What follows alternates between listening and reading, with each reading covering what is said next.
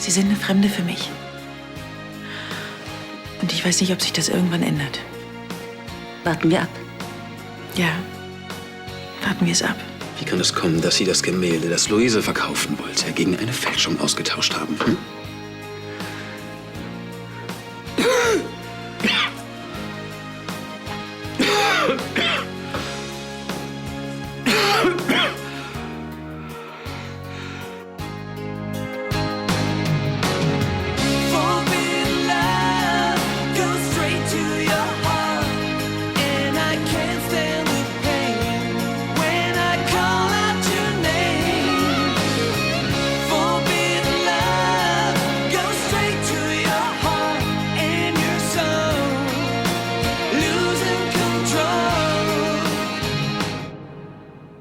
Ich habe nicht die geringste Ahnung, wovon Sie sprechen. Ach, kommen Sie, nicht so scheinheilig. Sie würden doch alles tun, um Luise noch an Eduard zu binden. Aber die Unvernunft der Gefühle ist doch keine Fälschung. Offensichtlich ja doch, denn niemand hat das Original gegen eine Fälschung ausgetauscht.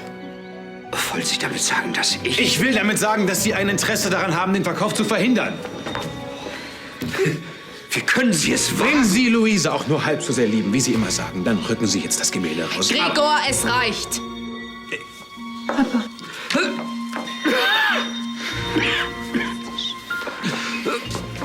Das wollte ich nicht. Wenn du jetzt bitte gehen würdest.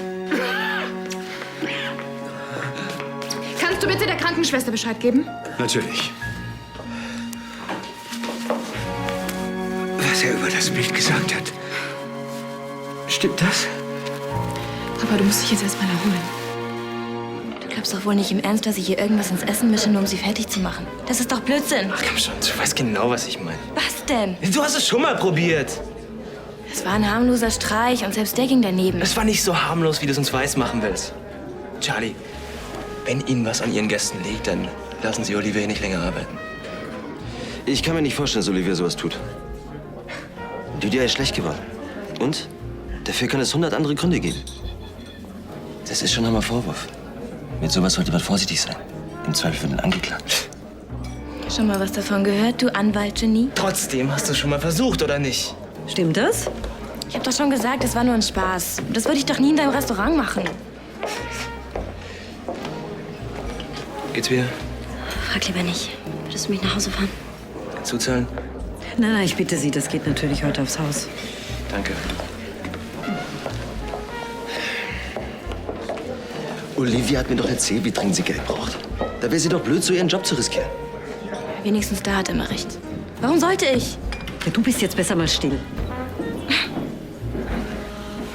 Schon kapiert. Macht doch, was ihr wollt.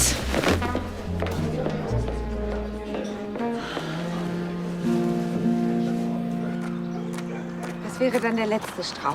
Ja. Herrlich. Sieht einfach wunderschön aus. Sehr schön. Was ist denn mit den Amadeus-Rosen? Waren die krank?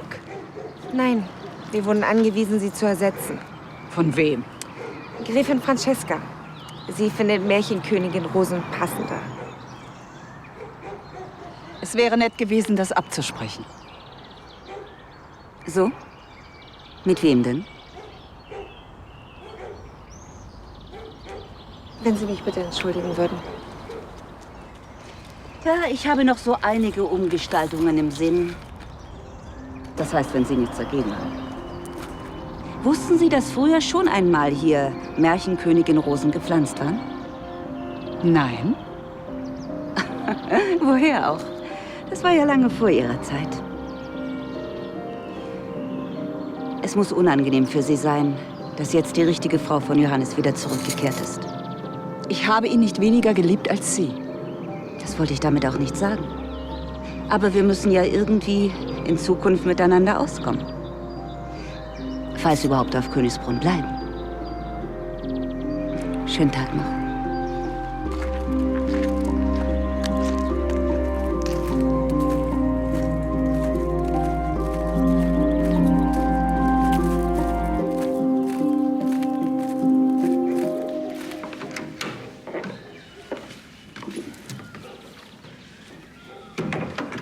Wie geht's ihm? Wie es ihm geht? Was denkst du denn? Du wirfst ihm völlig unvermittelt an den Kopf, dass das Gemälde eine Fälschung ist und machst ihm völlig unberechtigte Vorwürfe. Bist du dir da so sicher? Er wollte das Gemälde nicht verkaufen. Er hatte gute Gründe gehabt, das Geschäft platzen zu lassen. Mein Vater würde niemals so ein falsches Spiel treiben. Du bist wirklich vollkommen über das Ziel hinausgeschossen. Ah, er war's also nicht. Dann bleibt ja nur noch Eduard. Aber dem traust du das auch nicht zu, ne?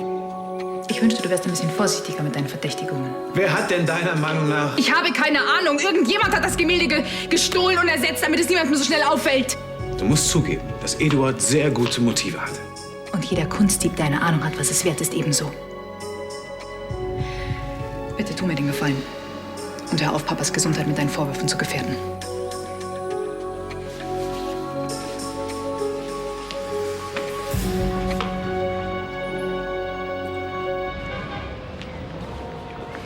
Hier, davon geht's dir bestimmt gleich besser. Soll ich den Kamillentee machen? Ich glaube nicht, dass ich irgendwas unträge. Also, ich hätte nicht übel Lust, Olivia wegen Körperverletzung zu verklagen. Warum hast du mir nicht erzählt, dass sie schon mal versucht hat? Weil ich dich nicht unnötig beunruhigen wollte. Hör doch auf. Olivia hat damit bestimmt nichts zu tun. Woher willst du das wissen? Der fiesen Bazell traue ich alles zu. Ja, ich frag mich auch, wieso du sie so in Schutz nimmst. Sie hat jetzt wegen dir ihren Job verloren. Das hoffe ich doch. Klar, Herr von und zu Lahnstein. Du hast ja auch gar keine Ahnung, wie es sich anfühlt, wenn man keine Kohle hat. Könnt ihr bitte damit aufhören? Lydia hat recht. Davon wird ihr auch nicht besser. Hey. Sag mal, weiß jemand von euch, wo die Wärmflasche ist?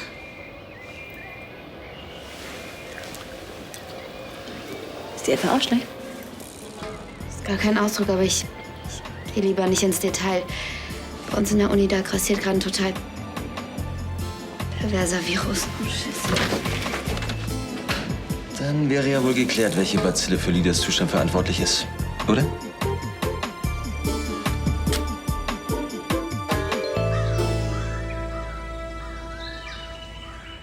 Dankeschön. Hast du eigentlich mal wieder mit Sarah gesprochen? Ja, sie gibt nächste Woche ihr erstes Konzert. Wir müssen alle die Daumen drücken. Na, ob das reicht? Wirklich schade, dass Sarah nach Boston ist. Ich hätte sie gern näher kennengelernt. Als sie erfahren hat, dass deine Rückkehr offiziell ist, hat sie sich sehr gefreut. Ich hätte gerne noch etwas Wasser. Tut mir leid, das Kindermädchen ist krank. Oh, da ist die Sophia immer mit uns. Ja, da hat sie nichts dagegen. Wie schön. Darf sie bei mir essen? Natürlich. Ich habe nichts dagegen, in Ruhe zu essen. Ja. Hier, guck mal. Oh, du hast ja so tolle Böbchen. Soll ich mit essen? Hm? Ihr entschuldigt mich? Ansgar, halt mal.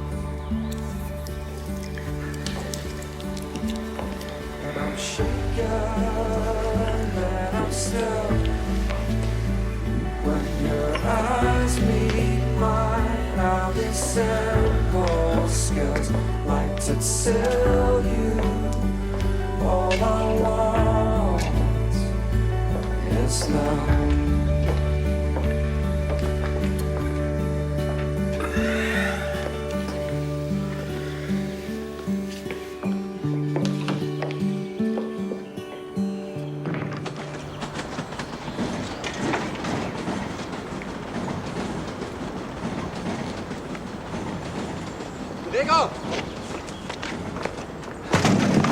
Ich muss mit dir reden. Ich bin nicht übel, aber das passt mir gerade gar nicht. Falls es was zu entscheiden gibt. Mein Okay hast du. Es geht nicht ums No Limits. Hast du eine Ahnung, wo Christian steckt? Nee, wieso? Ist was passiert? Der benimmt sich echt merkwürdig, seitdem sie ihm diese Herzmuskelentzündung diagnostiziert haben. Kein Wunder, sowas steckt man eben nicht mal so eben weg. Als Sie mir damals gesagt haben, dass ich nicht mehr fliegen kann. Das ist es ja eben. Ich bin mir nicht sicher, ob Christian wirklich kapiert hat, was das für Folgen hat. Vorgestern habe ich ihn beim Trainieren erwischt, obwohl der Arzt ihm das strikt verboten hat. Der Idiot. Ist er bescheuert? Das ist doch gefährlich, oder? Wem sagst du das? Aber Christian wirft mir vor, ich würde ihn in Watte packen. Wir haben uns gestritten. Ich habe gehofft, er hätte sich vielleicht zu dir geflüchtet. Nee, hier ist er nicht. Wo kann er denn sein? Mach dir mal keine Sorgen. Ich werde ihn finden. Und dann kümmere ich mich um ihn. Das ist ja wohl das Mindeste, was du tun kannst. Es wäre nicht das erste Mal, dass Olivia Mist baut, ohne dass man sie dafür zur Verantwortung zieht. Das musst du gerade sagen. Was soll das denn heißen? Dafür, dass du Lydia mit unserer Mutter betrogen hast, bist du echt verdammt selbstgerecht. Du hast keine Ahnung. So, Mädels, Zaubermittel. Oh, her damit, mir ist immer noch total flau. Ich finde das nicht korrekt von dir. Was ist denn los? Sebastian will bei Frau Schneider nicht gerade rücken, dass Olivia unschuldig ist. Aber das wäre nur fair. Die braucht den Job. Stimmt, fair wär's schon.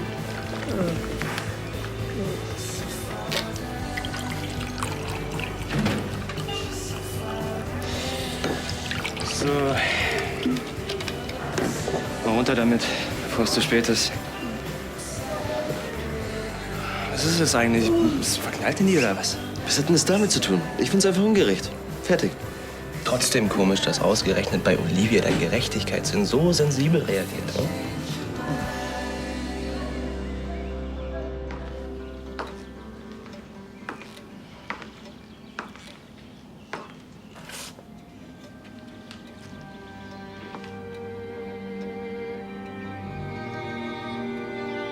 Mein Leben hier auf Königsbrunn mit deinen Kindern, das ist alles, was mir von dir geblieben ist. Das kann ich doch nicht kampflos aufgeben. Entschuldigen Sie, ich wusste nicht, dass... Schon in Ordnung, Justus.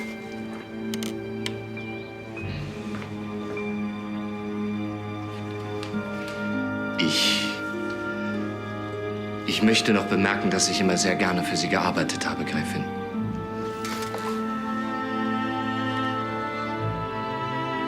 Danke, Justus.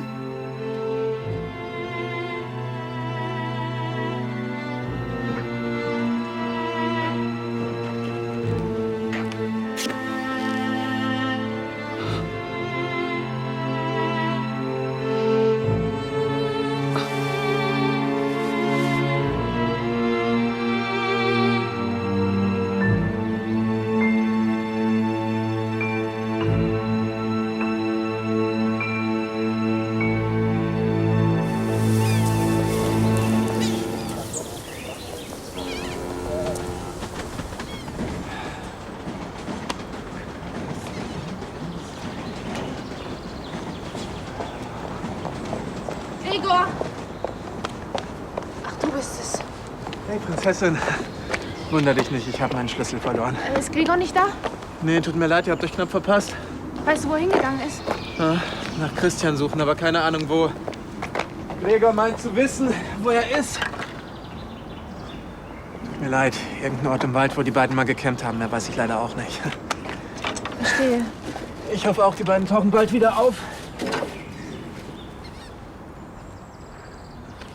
Dankeschön. Gott sei Dank. Jetzt kann ich endlich wieder fahren. Soll ich dich vielleicht irgendwo mit hinnehmen? Das ist lieb von dir, aber danke. Okay, dann.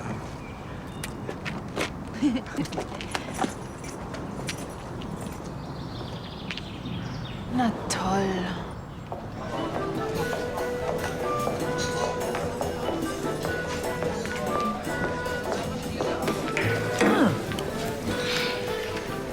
Was war denn so wichtig?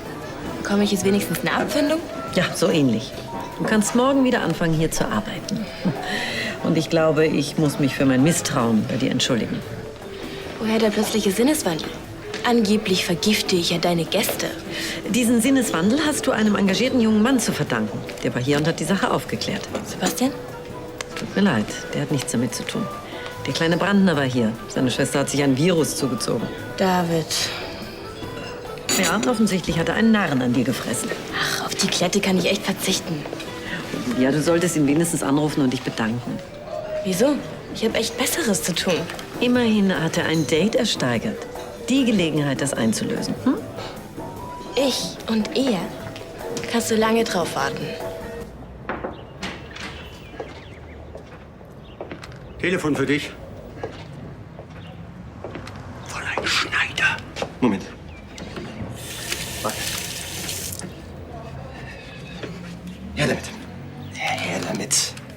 Mist. Wie bitte? Du warst nicht gemeint. Olivia, hey. Was geht? Nichts geht. Ich wollte mich nur bei dir bedanken. Für deine Hilfe. Kein Problem. Ich wusste ja sowieso, dass du damit nichts zu tun hattest. Ja, schon gut. Also wenn du willst, dann können wir uns auf einen Drink treffen. Auch wegen der Versteigerung und so. Super. Im No Limits? Von mir aus wegen 4. Aber ich habe nicht viel Zeit.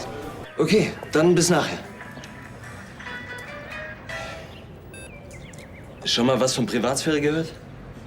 Ich hoffe, du weißt, auf wen du dich da einlässt. Und ob auf eine ziemlich scharfe Braut. Ich würde aufpassen bei der.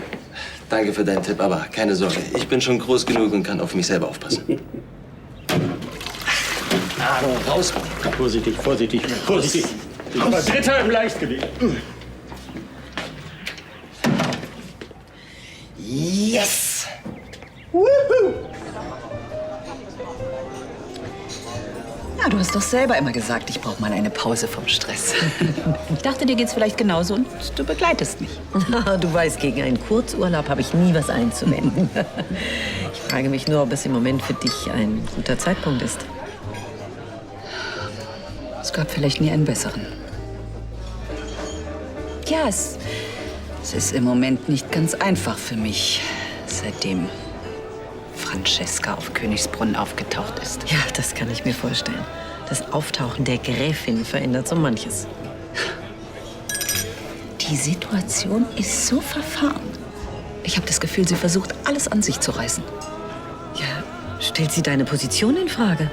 Ach, ich kann die Geschichte sowieso überhaupt noch nicht fassen. Es war immer meine Aufgabe, nach Johannes Tod die Familie zusammenzuhalten. Mich um seine Kinder zu kümmern, das, was er hinterlassen hat. Aber jetzt übernimmt sie das. Ja. Tja. Ich bin nur die Stiefmutter. Es gibt keinen Moment, wo sie mich das nicht spüren lässt. Elisabeth, vielleicht solltest du versuchen, das Ganze positiv zu sehen. Hm? Ich meine, die Aufgabe war doch nicht immer nur dankbar. Wenn ich nur daran denke, wie du dich in dem ewigen Kampf gegen Ansgar aufgerieben hast. Wie lange willst du das noch mitmachen? Entschuldigung, aber das klingt ja so, als sollte ich freiwillig das Feld räumen. Naja, das ist natürlich deine Entscheidung, Elisabeth. Aber du weißt, in jedem Neuanfang steckt auch eine Chance. Aber es ist doch auch in deinem Sinne, wenn ich meine Rolle so überzeugend wie möglich spiele. Ich finde es trotzdem widerlich, wie du dich an meine Schwester ranschmeißt. Ich versuche nur, ihr Vertrauen zu gewinnen. Dir sollte mein Vertrauen reichen. Und Carla traut ohnehin nur sich selbst. Also keine weiteren Annäherungen an meine Schwester, bitte, ja? Meine einzige Aufgabe hier ist es, mir den Weg in die Holding zu ebnen. Und das ist auch der einzige Grund, warum ich dich noch im Schloss dulde. Aber genau das versuche ich doch die ganze Zeit. Und damit es funktioniert, muss Carla mich als ihre Mutter akzeptieren. Und sie darf keinen Verdacht schöpfen, oder? Das Pläne schmieden überlass mal besser mir. Sieh du lieber zu, dass du dir in deiner Rolle nicht zu gemütlich machst. Gemütlich? Denkst du, es macht mir Spaß, hier allen etwas vorzumachen? Ich bitte dich, das tust du doch schon, seit du hier angekommen bist. Vergiss nicht, ich kann dich jederzeit auffliegen lassen. Und sobald herauskommt, dass du nicht unsere Mutter, sondern ihre kleine, ungeliebte Schwester bist, sind deine Tage auf dem Schloss gezählt.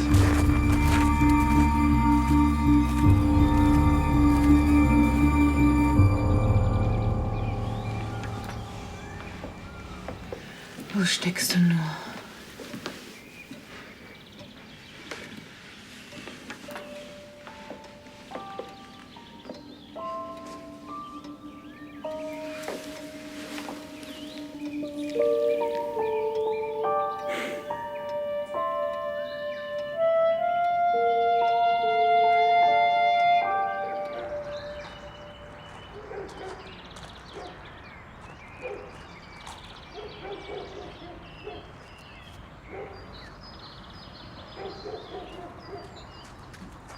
Wo willst du denn jetzt hin? Das muss ich mir nicht gefallen lassen. So, welche Wahl hast du denn? Ich gehöre auch zur Familie. Und ich verlange nicht mehr, als dass du mich mit Respekt behandelst. Respekt? Wofür denn Respekt? Ich decke dich, das muss doch wohl reichen. Respekt ist doch ein Fremdwort für dich.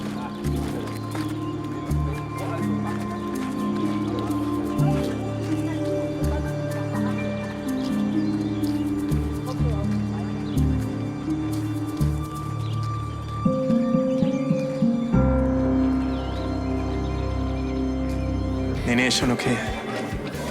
Ja, wenn du meinst, dann bleibt über Nacht. Vielen Dank, Gregor. Auf jeden Fall ist Cactus Beach dafür bekannt, dass sich dort eine Menge Haie rumtreiben. Dich hat ja offensichtlich keiner erwischt. Danke, du bist echt nett. Na und? Nett kann jeder. Warst du schon mal surfen? Na, rate mal. Ich bin gleich wieder da. Hi, Leonard. Wie geht's? Was willst du denn? Ist Christian gar nicht da? Keine Ahnung. Leonard. Hey, ich habe hier die Unterlagen, die du für Christian haben wolltest. Ah, super, vielen Dank. Was sind für Unterlagen? Ich glaube, David wartet. Schon gut? Willst du was trinken? Ja, ich nehme Wasser. Sollen wir noch woanders hin? Ein anderen Mal vielleicht. Wie gesagt, ich habe nicht so viel Zeit. Ich dachte nur, es liegt am Laden, falls Sebastian auftaucht, meinte ich. Keine Angst, den weiß ich schon zu handeln. Ausgerechnet der sollte der Letzte sein, der über andere urteilt. Bei dem, was der auf dem Kerbholz hat. So? Was hat er denn so auf dem Kerbholz? Lass mal, ist nicht so wichtig. David, willst du vielleicht doch noch was trinken?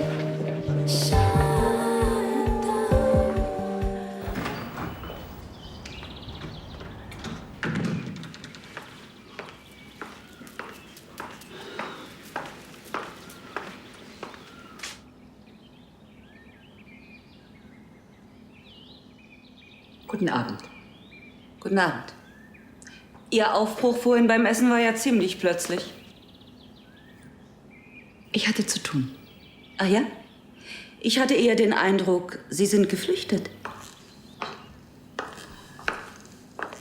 Wieso sollte ich? Vielleicht, weil Sie erkannt haben, dass Ihre Anwesenheit hier auf Königsbrunn allmählich überflüssig wird. Wenn das Ihr Eindruck ist. Und nicht nur das. Ich finde sogar, Sie haben damit recht.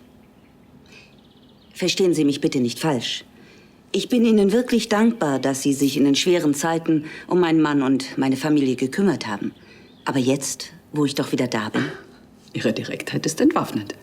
Wem nützt es, wenn wir uns etwas vormachen? Ich glaube, im Sinne aller wäre es das Beste, dass Sie Königsbrunn verlassen. Da haben Sie recht. Das hatte ich ursprünglich auch vor, aber jetzt habe ich mich anders entschieden. Denn ich bin mir sicher, dass Sie und Ansgar irgendetwas im Schilde führen. Und ich werde den Teufel tun, mich von Ihnen vertreiben zu lassen.